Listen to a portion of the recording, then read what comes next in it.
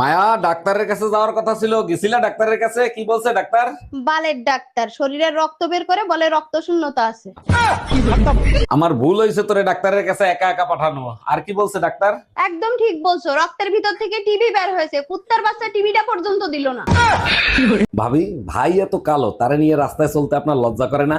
অরুণ ভাই লজ্জা কেন করবে? জানেন না কালো জগতের আলো। আরে ভাবি, এগুলো প্রবাদ বাক্যেই ভালো লাগে, সত্যি করে বলেন তো, আপনার লজ্জা করে না? অরুণ ভাই কাউরে বইলেন না, 2বার বিষ খাওয়াইয়া দেখছি, শালা মরেও না।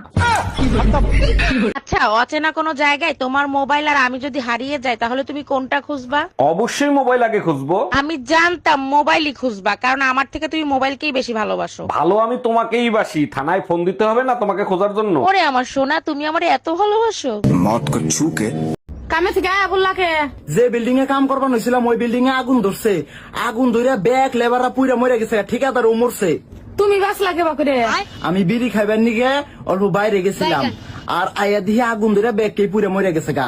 জায়গা ভিড়ির জন্য তাও জীবন বাঁচলো, তারপরে কি হলো? শুনলাম যারা যারা মরছে না তারপরে সরকার 1 কোটি করে টাকা দিব। তো কত গেছি বিড়ি খাস না বিড়ি খাস না, আজকে তোর বিড়ি খাওয়ার জন্য আমি 1 কোটি টাকার মালিক হয়ে হলাম না।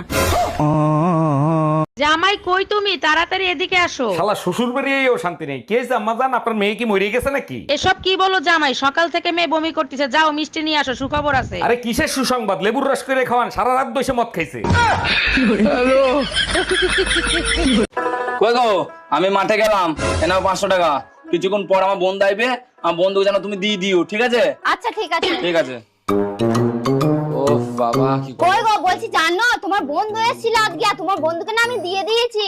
আচ্ছা ঠিক আছে, দেওয়ার জন্যই তো বলেছিলাম, ঠিক আছে। কিন্তু এই 500 টাকাটা আমি কি করবো এটা তো বললে না। এই না 50 টাকা নাও। 50 টাকা কিসে? তুমি আমার চুমু দিলা না, ওর জন্য খুশি হয়ে আমি 50 টাকা দিলাম। চুমু দিলে টাকা পাওয়া যায়? হ্যাঁ। শিবুদারা তুমি অনেকগুলো চুমু দিয়েছি, তাহলে শিবুদার কাছে আমি অনেকগুলো টাকা পাবো, যাই নিয়ে আসি।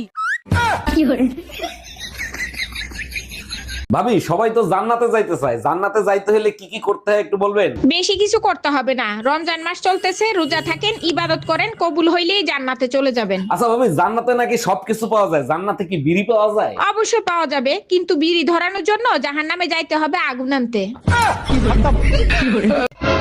ভগবানের কৃপায় খুব ভালো একটা স্বামী পেয়েছি, কোনদিনও শত্রুর অভাব বুঝতে দেয়নি।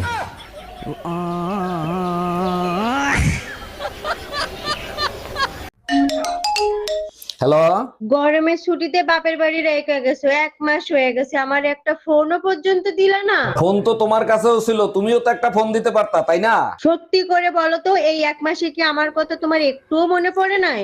মনেই যদি থাকতো তাইলে তো লেখাপড়া করে জজ ব্যারিস্টার হইতাম, অটো রিক্সা চালাইতাম না। সব ছেলেদের একটাই চাওয়া, তাদের বউরা যেন খুব সুন্দর হয়। কিন্তু আমরা মেয়েরা যদি চাই যে আমাদের স্বামীরা মুকেশ আম্বানির মতো ধনী হোক, তাহলেই সমস্যা। মেয়েরা লোভী কেন? ছেলেদের চাওয়াটা চাওয়া আর মেয়েদের চাওয়াটা কি কচুর পাতা? হ্যাঁ,